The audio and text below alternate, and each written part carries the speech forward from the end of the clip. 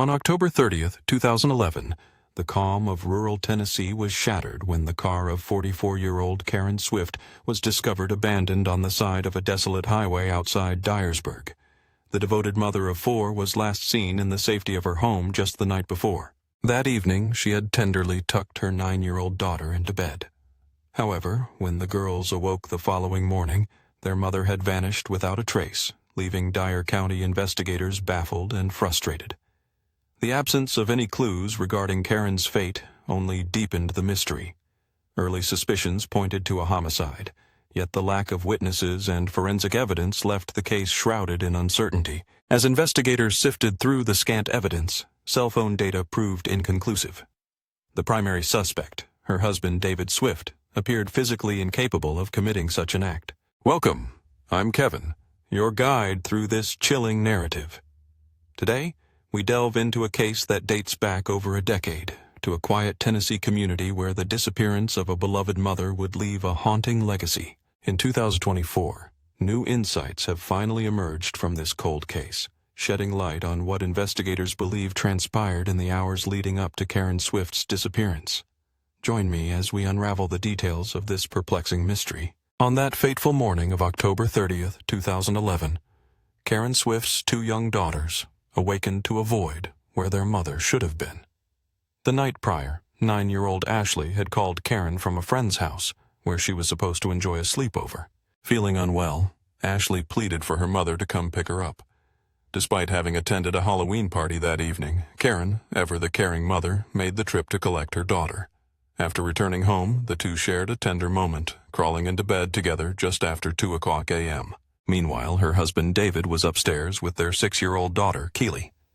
As morning arrived, Ashley noticed her mother was no longer in her room. The sisters had been moved during the night, now sharing a room in the quiet house. However, an unsettling silence filled the Swift home as Karen's white 2004 Nissan Murano was nowhere to be found. Concern mounted when David Swift made the first call to the Dyer County Sheriff's Office around 3 p.m. to report his wife missing, after futile attempts to reach out to her friends. The second call came from two worried friends, Bill and Kathy Bona, who had spotted Karen's abandoned vehicle on Millsfield Highway, just a quarter-mile from the family home. The SUV had a flat tire, further deepening the mystery surrounding her disappearance. Deputy Alexander was the first to arrive at the scene, followed closely by Sergeant Walker. David was already there, having unlocked the doors to inspect the interior for any sign of Karen. Her personal belongings, including her keys, purse, and cell phone, were missing. A single rusty screw jutted from the flat tire, suggesting that Karen had encountered the object at just the right angle to cause a puncture. However, as both officers examined the vehicle, they found no indications of foul play or blood, either inside or outside the car. Their search for clues continued as forensic testing by the Tennessee Bureau of Investigation was set to provide further insights into the perplexing case of Karen Swift's disappearance. Protruding from the flat tire was a single rusty screw. It seemed that fate had dealt a cruel hand, as Karen Swift had driven over the sharp object at just the right angle to pierce the tire. As the deputy and sergeant investigated, they found no signs of foul play inside the vehicle. Neither officer reported any traces of blood, whether internally or externally. Later, forensic testing by the Tennessee Bureau of Investigation would confirm their initial findings. The investigation revealed no evidence suggesting that anything sinister had transpired within the confines of the car. The absence of blood or struggle only heightened the mystery surrounding Karen's disappearance. The Tennessee Bureau of Investigation, known as TBI, meticulously examined the abandoned SUV. Their search yielded little of consequence, save for a troubling fact. No one had been able to reach Karen Swift on her phone. Deputy Alexander, towering at 6 feet 2 inches, made an alarming observation as he stepped into the driver's seat to prepare the vehicle for impound. To his surprise, he found the seat adjusted perfectly for someone much taller than Karen, who stood at only 5 feet 5 inches. It raised an unsettling question. Was she truly the last person to drive this Nissan? With this unsettling clue, a search for Karen commenced without delay. The search began in the location where her vehicle was left, quickly spreading into the vast rural landscape of Dyer County. A mother of four was missing, and the community rallied together. The urgency intensified as aerial support was called in, deploying a helicopter from Tennessee to scour the area from above. This aerial search was crucial. Alongside it, around 16 members of the Tennessee Highway Patrol Strike Team, a specialized search unit, joined the effort, bringing their expertise to the unfolding crisis. In a significant breakthrough, they discovered a pair of jeans and a top, later confirmed to belong to Karen, just a short distance from her car. Meanwhile, her Halloween costume, worn during a visit to a friend's house the night she vanished, remained untouched inside the SUV. The Nissan Murano was abandoned alarmingly close to the Swift residence. When questioned, David Swift disclosed that he last saw his wife that same night, around 2 a.m., when she returned home with their daughter Ashley. Since then, there had been no sightings of Karen. As investigators delved deeper, they uncovered a troubling detail. Karen had filed for divorce from David just 3 weeks prior. To maintain stability for their children during this tumultuous time, the couple had decided to continue living together in the family home. The relationship between David and Karen Swift had always been marked by complexities. Married in 1989, they became parents to 2 sons, Preston and Dustin. However, less than a decade into their marriage, David's 3-year affair with a coworker came to light, resulting in another child outside their union. Karen's world shattered when she discovered David's betrayal upon the birth of his child. This revelation led her to file for divorce, a process finalized in 2000. However, shortly after the papers were signed, the couple found their way back to each other, remarrying in September of that year, coinciding with the anniversary of their first wedding. Their second chance at love brought 2 daughters, Ashley and Keely. Yet, it was Karen who would later seek comfort outside the marriage, initiating an affair of her own in retaliation for David's past transgressions. In a bid for a fresh start, David took decisive action. The family had been residing in Arkansas when he abruptly decided to relocate them to Dyersburg, Tennessee, accepting a position in manufacturing management. He purchased a new home and instructed his wife to pack their belongings. David's rapid decision to uproot the family was made unilaterally, without consultation. The move was so hasty that their eldest son, Preston, was left behind to complete his school year, a fact that added strain to an already fragile family dynamic. David Swift's decision to uproot his family came swiftly and seemingly without warning. The move was so abrupt that their eldest son, Preston, had to remain behind to finish the school year, while the rest of the family settled into their new home. It was a residence that Karen had only seen for the first time as they unloaded their belongings. Despite the chaotic transition to rural Tennessee, Karen appeared to adapt quickly, or so it seemed. David Swift held steadfast views about his wife, Karen, working. Nevertheless, the determined mother of 4 sought independence, cleaning houses and landscaping to earn her own money. A fitness enthusiast at heart, she even took on the role of teaching aerobics classes, forging her own path despite his reservations. These ventures, combined with Karen's vibrant personality, resulted in a blossoming social life. Known for her outgoing demeanor, she was described by friends as cheerful and selfless, often prioritizing the needs of others above her own. Karen's unwavering focus on the comfort of those around her came at a cost. She frequently neglected her own needs, shying away from asking for help, even as her marriage faced another tumultuous chapter. This time, her fears for her safety loomed large, given David's erratic behavior. Reports surfaced of David stalking Karen during outings and confronting her during gatherings with friends. Yet Karen often dismissed her fears, insisting there was no cause for alarm. She rationalized that David's unpredictable nature was something she could manage, convincing herself that she was likely overreacting. After her mysterious disappearance, the most consistent sentiment shared by those who loved her was her role as a devoted mother. Friends fervently expressed their hope for her return, emphasizing the bond she shared with her children. "We know her family needs her. She's a wonderful mother, and I believe if she's out there, she will find her way home," they declared. Following the phone call that reported Karen missing, David sat down with law enforcement. He entered the interview room with the aid of crutches, a reminder of an old knee injury that had flared up days earlier, just in time to complicate the unfolding investigation. He recounted the details of his injury, explaining how he had undergone knee surgery following a mishap at his daughter's soccer game. "It was Easter morning. I had to have a total quadriceps tendon repair," he stated, revealing the extent of his pain just a week later. David elaborated on his struggles with mobility, describing the complications he faced while navigating stairs. "I had an appointment today with another specialist for a second opinion. he added, seemingly focused on his own ailments amid the chaos of the situation. As detectives gathered background information about David, he revealed a surprising detail. Karen had been using a second cell phone, a so-called secret device provided by her friend Bill Bona. He claimed ignorance of this phone's number, yet it hinted at a hidden layer to their relationship. "Is that her primary phone?" a detective inquired. David confirmed, "Yes.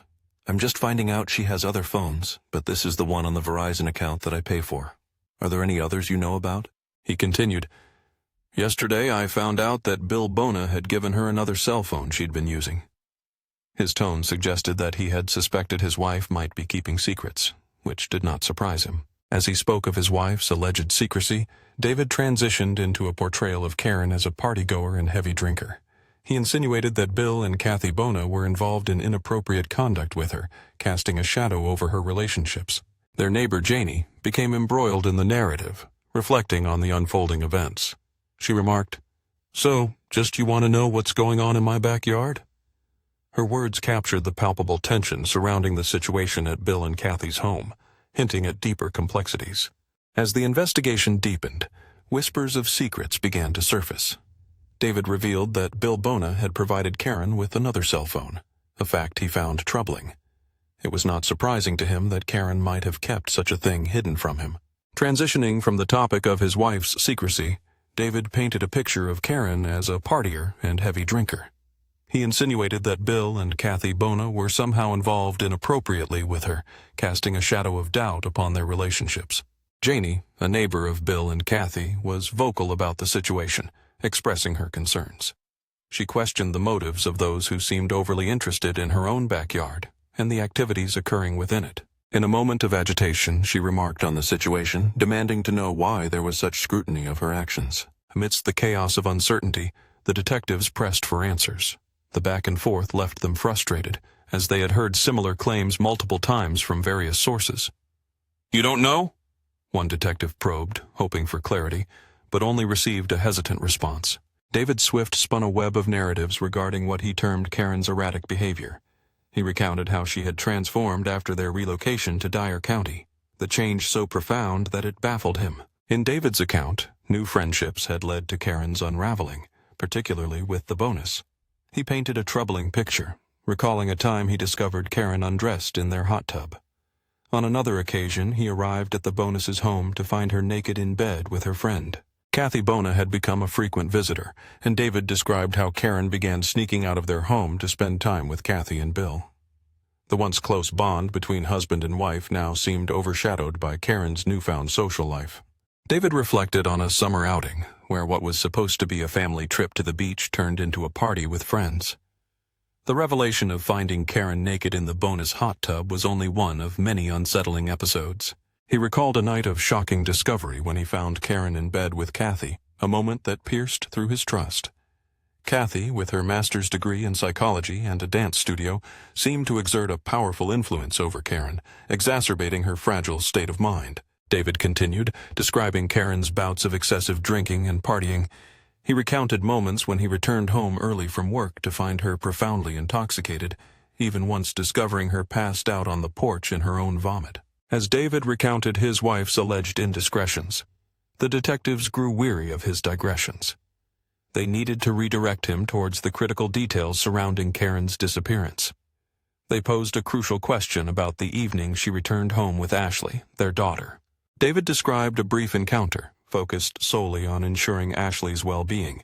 He had questioned Karen about her ability to drive, offering to take Ashley home if necessary. The conversation, he claimed, was fleeting.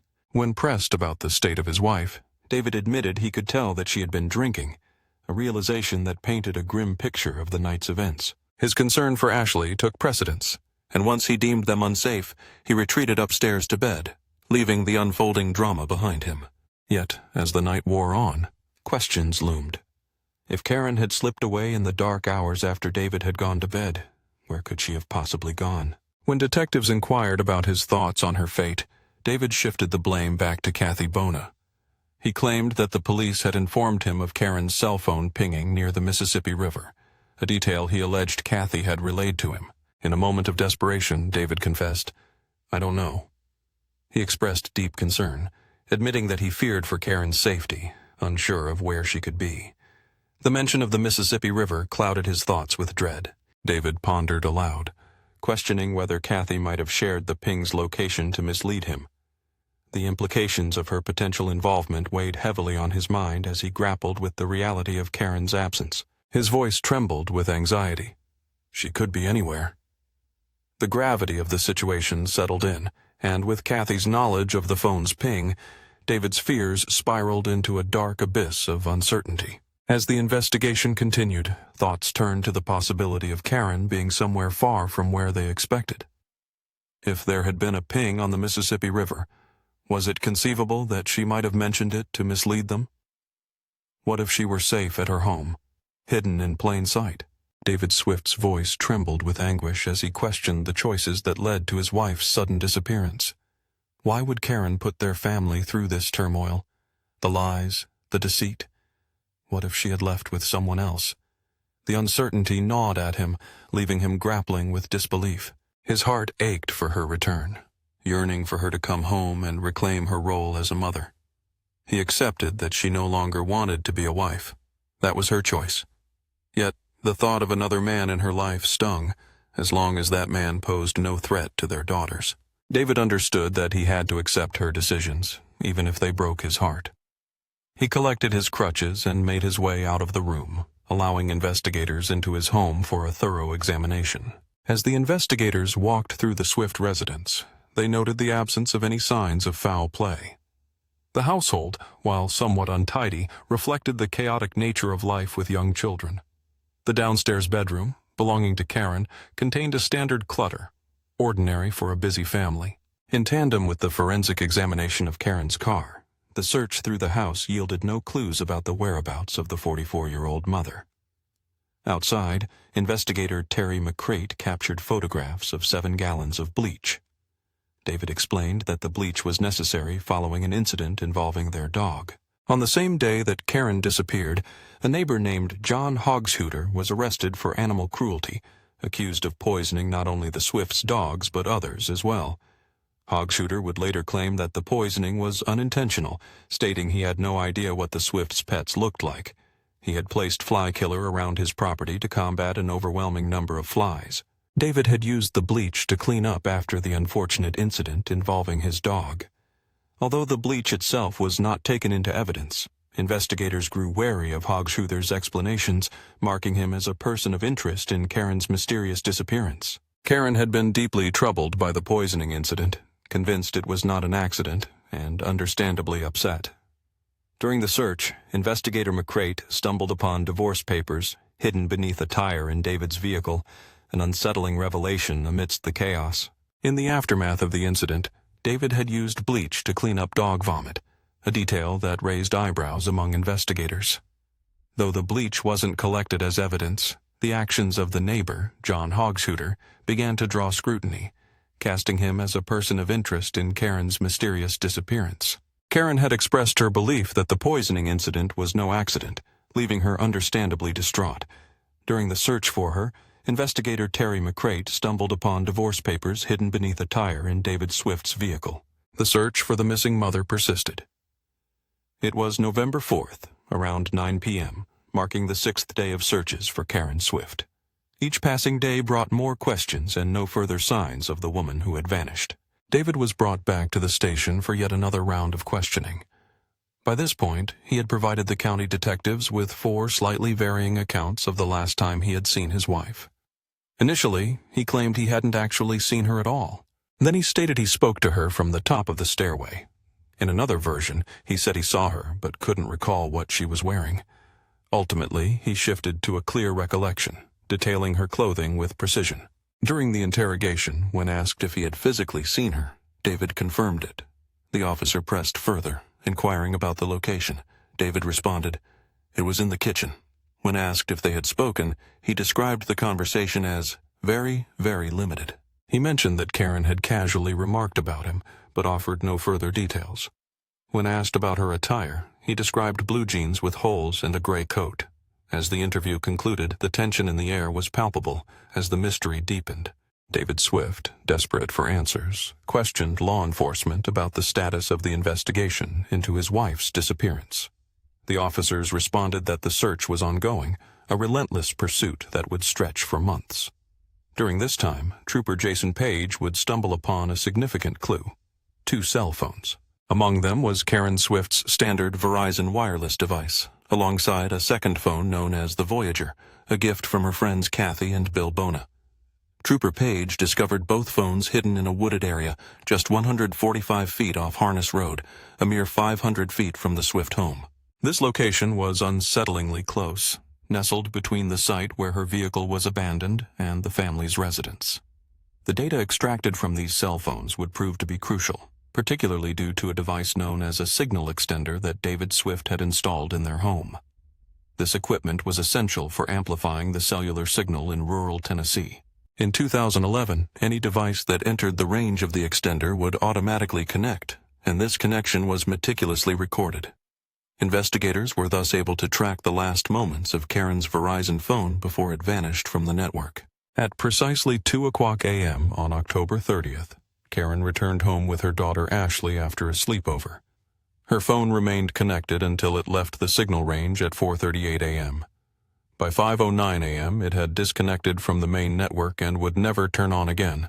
When authorities recovered the phone, it bore the marks of violence, appearing partially crushed, possibly from being smashed on the road. Karen's vehicle was first spotted pulled over just minutes later. At 5:00 a.m., the history of the Voyager device unfolded in an even more perplexing manner. Though it too had connected to the house extender, this connection occurred at 9:55 a.m., 5 hours after the Verizon device had been turned off and presumably damaged. In a strange twist, the Voyager made a solitary call to check the voicemail at that time, only to be discovered later in the woods off Harness Road, side by side with Karen's other phone. Kathy and Bill Bona shared with investigators that they had given the Voyager to Karen to facilitate communications with her divorce attorney. They described David as a controlling husband, intent on manipulating Karen's every step. Along with the cell phone, they had also lent her the funds necessary to hire legal representation and file for divorce on December 10, 2011. On a tragic day, John Robinson, the preacher at the Bogota Church of Christ, along with his friend Mark Rickman, were leaving Bledsoe Cemetery when they made a grim discovery under a tangle of kudzu vines, human remains. This cemetery, located less than 3 miles from the Swift home, held the answer that had eluded so many during the 6 weeks of searching for Karen Swift, the devoted mother of 4. An autopsy would later reveal the heartbreaking truth. Karen was found mostly unclothed, her undergarments pulled down around her knees. The examination suggested that these had been displaced due to her body being dragged from a gravel path through the cemetery to the spot where she lay. It was evident that this location was not where Karen had met her end, but rather where her body had been callously moved after a brutal attack. After so many agonizing weeks, the medical examiner was unable to definitively determine the cause of death. However, it was clear that Karen had suffered blunt force trauma to the head, an injury that would have been fatal had she been alive at the moment it was inflicted. The mystery of her demise deepened as investigators sought to uncover the truth behind the violence that ended her life. The shadows of suspicion loomed large, casting doubt and fear over the small community that had once felt so safe. The medical examiner faced a daunting task, unable to definitively pinpoint the cause of Karen Swift's death. However, the evidence was stark. Karen had suffered blunt force trauma to the head, a brutal blow that, had she been alive at the moment of impact, would have proven fatal. The pathologist confirmed that she had been struck with an unknown weapon, leaving an ominous cloud of questions in its wake. The investigation took a grim turn when the case was officially reclassified from a missing person to a homicide. The evidence suggested that a heavy and blunt weapon had been used against a hard surface. Despite extensive searches, no weapon was ever recovered. David Swift remained the prime suspect. His lack of emotional response was striking. He did not exhibit the expected grief one would anticipate upon hearing that a loved one had been found deceased. Questions loomed over his demeanor. What could explain his stoicism? Witnesses struggled to comprehend the absence of sorrow in his reactions. One witness recalled, with uncertainty, that David might not have even mentioned Karen by name during the initial conversations.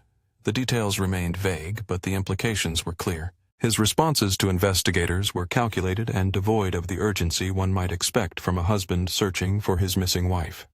Furthermore, there was a notable absence of any evidence indicating a violent struggle within the home, on the property, or inside any family vehicles. During 2 separate interviews, investigators noted that David showed no visible signs of having been in a confrontation. Meanwhile, Karen's body bore no traces of foreign DNA under her nails, suggesting she had not fought against an assailant. Adding complexity to the case was David's recent leg injury. In April 2011, he had undergone surgery on his left knee, and a coworker recounted a troubling incident just days before Karen's disappearance. While speaking in the office hallway, David's knee had given out, causing him to collapse. In the days leading up to and following Karen's death, he relied on crutches, unable to bear full weight on his injured leg.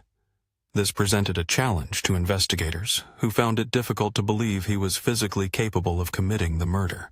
One investigator speculated about David's innocence, suggesting that if he were indeed innocent, the torment he endured was unfathomable.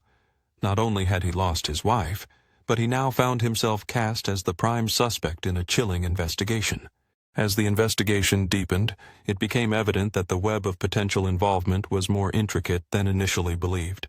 Years slipped by without an arrest, yet the scrutiny on David Swift, along with friends Bill and Kathy Bona, remained unrelenting. Additionally, the peculiar actions of their neighbor, John Hogshooter, who had previously scattered fly poison, were examined closely. The timeline surrounding Karen's death revealed numerous questions about the events that transpired at the Bona residence.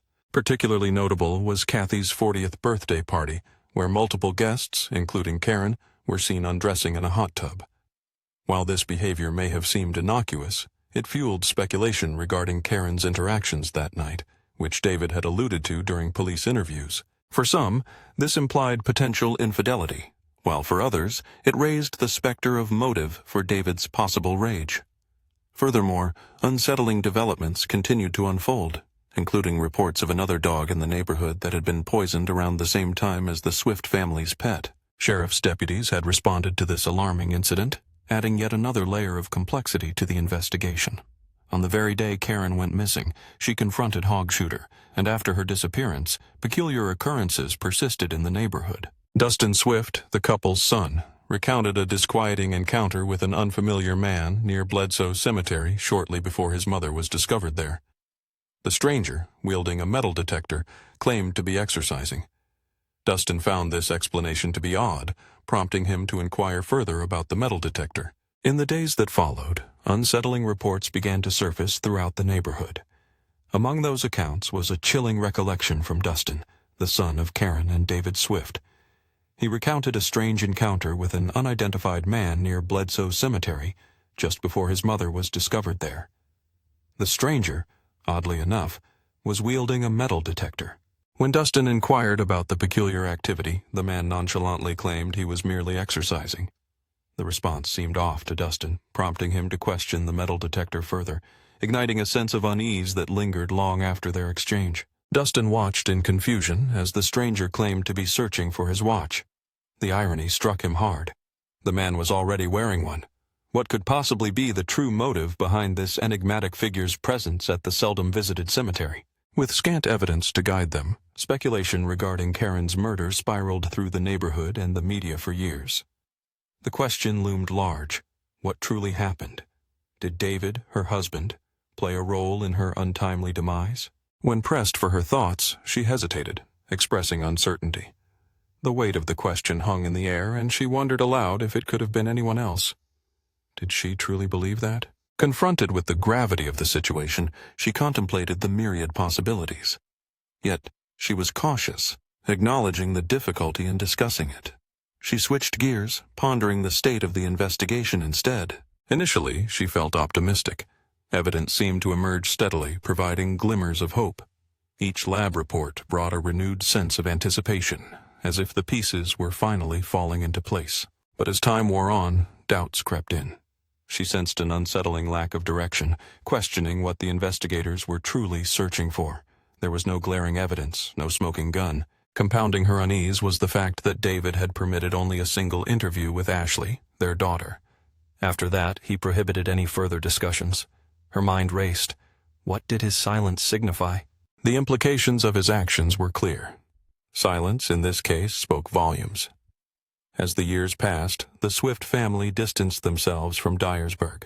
David eventually remarried and relocated to Jefferson County, Alabama. Yet the pressure to seek justice for Karen's murder lingered back in Tennessee.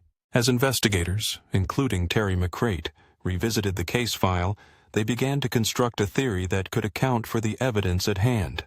Central to this theory was David Swift. Dyer County investigators suspected that the scorned husband, enraged by Karen's decision to initiate divorce proceedings, plotted her murder in the days leading up to the tragic event. The first step of his sinister plan involved faking an injury to his knee in front of a co-worker. On the night of October 29th, he made a desperate attempt to salvage his marriage by inviting Karen out to dinner. But Karen rejected his overture, choosing instead to attend a Halloween party with friends Bill and Kathy Bona. This decision only fueled David's rage further. The absence of defensive wounds led investigators to believe that Karen had been attacked in her sleep. However, the fatal blow could not have been dealt in the bedroom. Authorities posited that she had been strangled. David likely moved Ashley and her sister into another room to prevent them from waking during the attack. After the assault, Karen's body was dragged into the garage, where the fatal strike to her head was administered. David then placed her body into either his vehicle or hers, driving 3 miles to Bledsoe Cemetery and depositing her among the vines. Detectives meticulously retraced David's route that fateful night, seeking to piece together a coherent timeline. They speculated that upon returning home, David crafted a plan to present the narrative that Karen had left on her own during the night, thwarted only by a flat tire. He found an old screw in the garage, drove it into the Nissan's tire, and let the air escape. Then, at around 4:00 a.m., after Karen's phone unexpectedly disconnected from the home extender, David Swift drove the Nissan away from the house. He chose a distance that would plausibly suggest Karen had experienced a flat tire, yet it was close enough for him to walk back without arousing suspicion. On his way, David disposed of Karen's Verizon cell phone in the depths of a wooded area. However, he knew that her second secret phone was hidden within the confines of their downstairs bedroom. In a frantic search for this device, he left the room in disarray. Hours later, at around 10:00 a.m., he accessed the voicemail from the device he had found. After knowing the location of the first phone, he returned to the woods once more. There, he discarded the Voyager cell phone beside the first. Investigators later concluded that he had likely cleaned the garage with bleach found at the scene before calling Karen's friends, feigning concern about her sudden disappearance. In July 2023, over a decade since Karen's mysterious death, David Swift was arrested in Alabama. He was extradited back to Tennessee following an indictment for first-degree murder. Questions swirled about what evidence had finally compelled county prosecutors to take action. Despite the passage of time, it remained unclear whether any new evidence had surfaced. No fresh witnesses had stepped forward. The analysis of cellular data had not progressed since 2011, and forensic teams had failed to uncover any new DNA evidence. People began to wonder, it's been almost 11 years. What changed? What prompted the sudden indictment?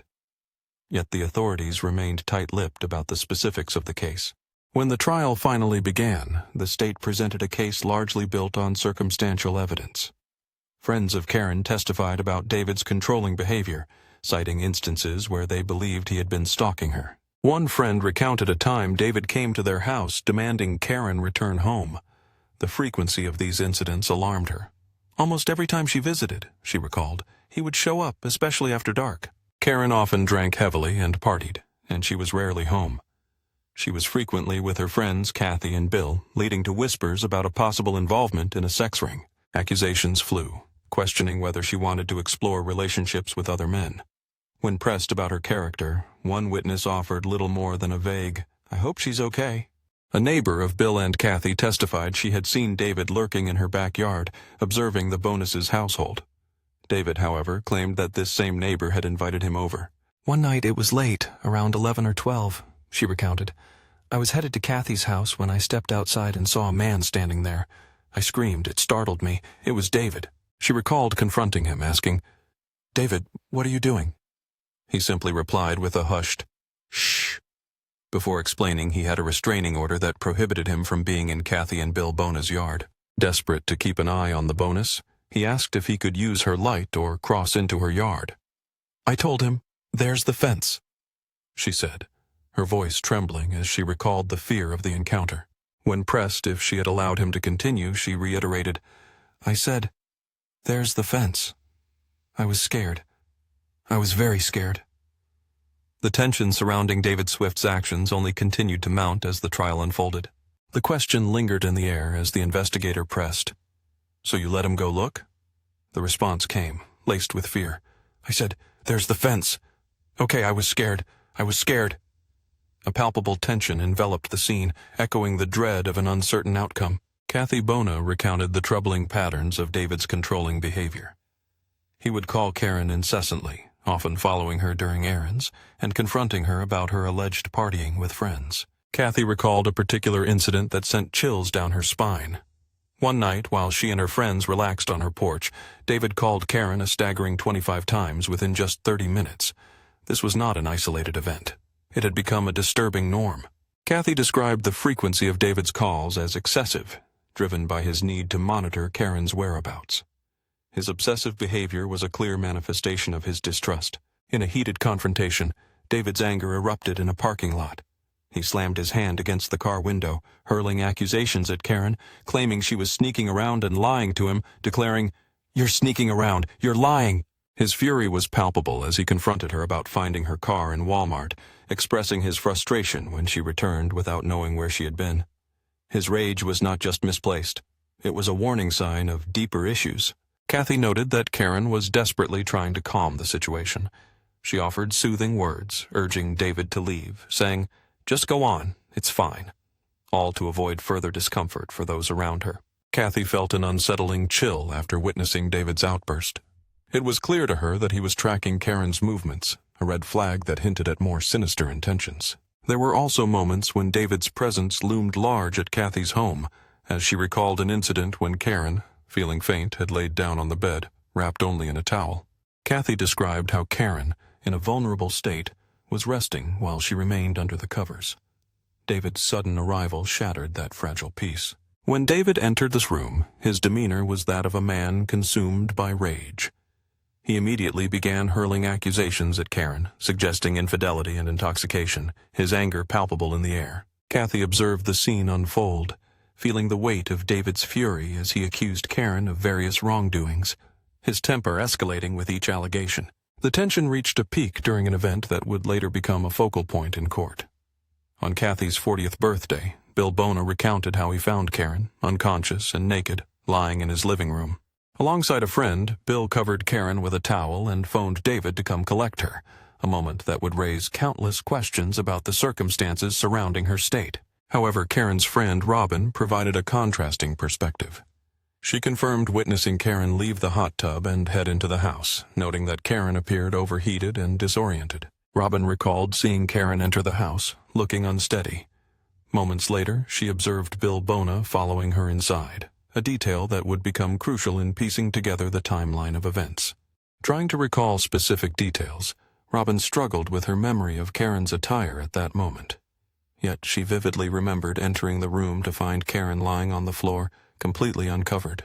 Upon walking in, Robin immediately sensed something was wrong.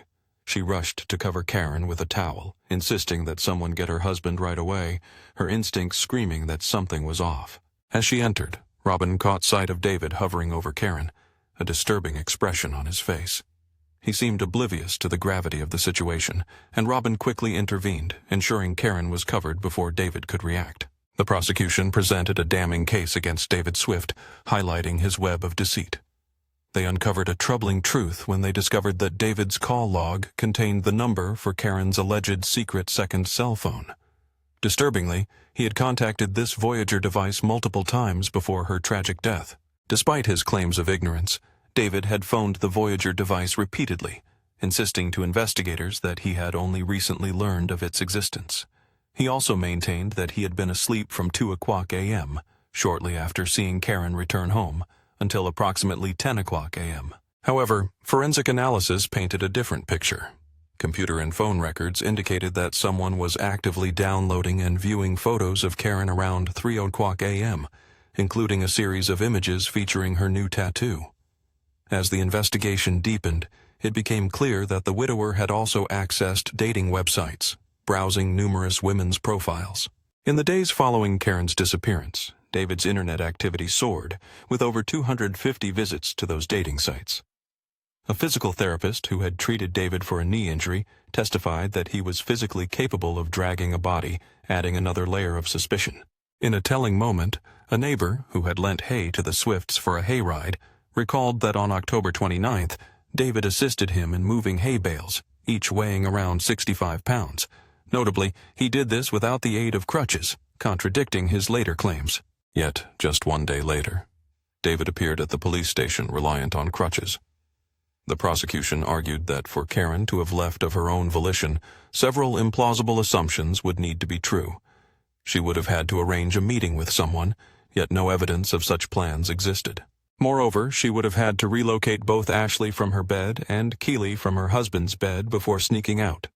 But why would she risk waking David if she intended to leave quietly? The toxicology results added to the mounting evidence. They revealed that Karen had taken a Benadryl before sleep. The question loomed: why would she take a sleep aid if she planned to depart just hours later? The presence of a bottle of PM cold medicine and a half-empty water bottle by her bedside confirmed that she had indeed taken the Benadryl and gone to sleep. Experts noted that combining Benadryl with alcohol greatly enhanced its sedative effects. Yet, David's defense suggested an alternative narrative. They argued that after such heavy sedation, it was improbable for Karen to awaken and meet someone, especially after just 2.5 hours of sleep. The defense also pointed out that David's injuries required further surgery, casting doubt on his physical ability to commit the alleged crime. Meanwhile, their daughter, Ashley, now an adult, testified with conviction that it was her mother who had moved her to her sister's room that night. She recalled, "In the night, not her father." Ashley vividly remembered being moved in the middle of the night to share a bed with her sister, affirming, "Yes, I remember her moving me. It was just instinct to know what your mother feels like and how that felt." As she spoke, her certainty was palpable. "I know it was her," she insisted, emphasizing the closeness and familiarity she had with her mother. Despite these testimonies, the prosecution faced significant challenges. The weakest aspect of their case was the absence of physical evidence linking David to the crime scene. There were no incriminating traces found in the house, the vehicles, or on his person. The investigation even failed to connect a rusty screw, found near the SUV's tire, to the Swift garage. Without a murder weapon, they speculated that David might have used his foot, but his visible injuries raised further questions. Additionally, no evidence suggested a struggle had taken place in their home. Witnesses, including Karen Swift's daughter and son, provided insights into the scene they encountered. Nothing appeared to be out of the ordinary. While the house may have been untidy, a headboard remained in place, and every aspect was examined meticulously. There was no indication that anything sinister had transpired within those walls. The prosecutor painted a chilling picture, suggesting that David Swift, despite having a knee injury on his left leg, had taken Karen to the garage and brutally stomped on her head. However, it seemed implausible that he could carry out such an act with an injured leg. Debate emerged over the possibility of David using his right leg to exert pressure on his left injury while attacking Karen. Could she have simply remained passive during such a violent act? The defense argued that she was a strong woman, and crucially, there was no physical evidence, no blood, found in the garage. The prosecution suggested that evidence of bleach near a pool pointed to foul play, yet the implications were questioned. It was October, and pools typically closed for the season. Bleach was a common chemical used for pool maintenance. As the jury returned from deliberations, the tension in the courtroom was palpable. To the shock of many present, David Swift was acquitted of first-degree and second-degree murder, as well as attempted murder charges. However, the jury found themselves at an impasse regarding the charge of voluntary manslaughter. The jury's deadlock left lingering questions. Had they reached a consensus, or had they truly found David not guilty of voluntary manslaughter? The answer was clear. There was no agreement among the jurors. The trial revealed divisions over the manslaughter charge. Throughout the proceedings, David's defense team suggested that the murder accusations were politically charged, a narrative fueled by the pressures faced by the sheriff and district attorney as they sought re-election. The absence of direct evidence weighed heavily on the case. Jurors often seek the irrefutable, DNA, blood, fingerprints. The prosecution's struggle was apparent from the outset, as building a compelling case without such evidence proved to be an uphill battle. With the manslaughter verdict unresolved, the county faced a critical decision. Would they pursue this charge again? Ultimately, they chose to move forward. David's attorney contended that the new indictment was unlawful, arguing that the statute of limitations on the manslaughter charge had expired. Yet on July 11, 2024, a judge ruled against the dismissal of the charges. The emotional toll weighed heavy on those impacted by Karen's tragic death. One individual shared their heartache, admitting that clarity on whom to blame would be the first step toward healing. Each day felt like an open wound, a painful reminder of loss. For 6 agonizing weeks, the family had no knowledge of Karen's whereabouts.